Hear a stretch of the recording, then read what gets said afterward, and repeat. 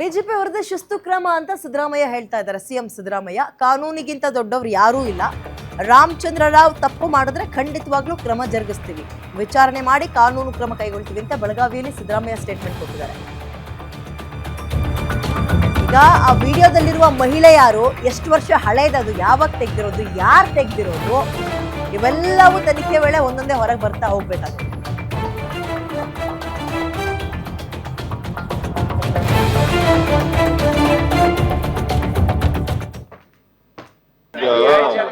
ನಾವು ಅದ್ರ ಬಗ್ಗೆ ವಿಚಾರಣೆ ಮಾಡಿಸ್ತೀವಿ. ನನಗೆ ಬೆಳಿಗ್ಗೆ ಗೊತ್ತಾಯ್ತು, ಆಮೇಲೆ ಅವ್ರ ಮೇಲೆ ಶಿಸ್ತಿನ ಕ್ರಮ ತಗೋತೀವಿ, ಶಿಸ್ತು ಕ್ರಮ ಜರುಗಿಸ್ತೀವಿ. ಎಷ್ಟೇ ಎತ್ತರದ ಅಧಿಕಾರಿ ಆದ್ರೂ ಕೂಡ ಕಾನೂನಿಗಿಂತ ಯಾರು ದೊಡ್ಡವರಲ್ಲ.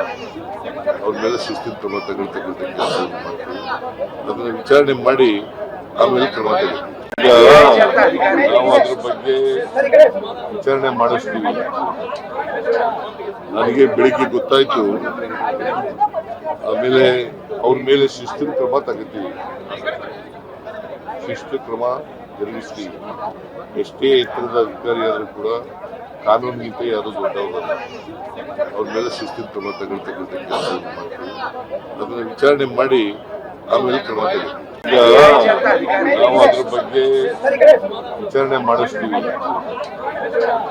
ನನಗೆ ಬೆಳಿಗ್ಗೆ ಗೊತ್ತಾಯ್ತು, ಆಮೇಲೆ ಅವ್ರ ಮೇಲೆ ಶಿಸ್ತಿನ ಕ್ರಮ ತಗೋತೀವಿ, ಶಿಸ್ತು ಕ್ರಮ ಜರುಗಿಸ್ತೀವಿ.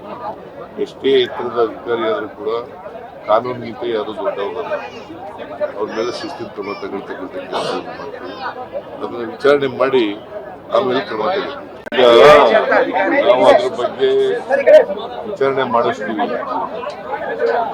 ನನಗೆ ಬೆಳಿಗ್ಗೆ ಗೊತ್ತಾಯ್ತು, ಆಮೇಲೆ ಅವ್ರ ಮೇಲೆ ಶಿಸ್ತಿನ ಕ್ರಮ ತಗೋತೀವಿ, ಶಿಸ್ತು ಕ್ರಮ ಜರುಗಿಸ್ತೀವಿ.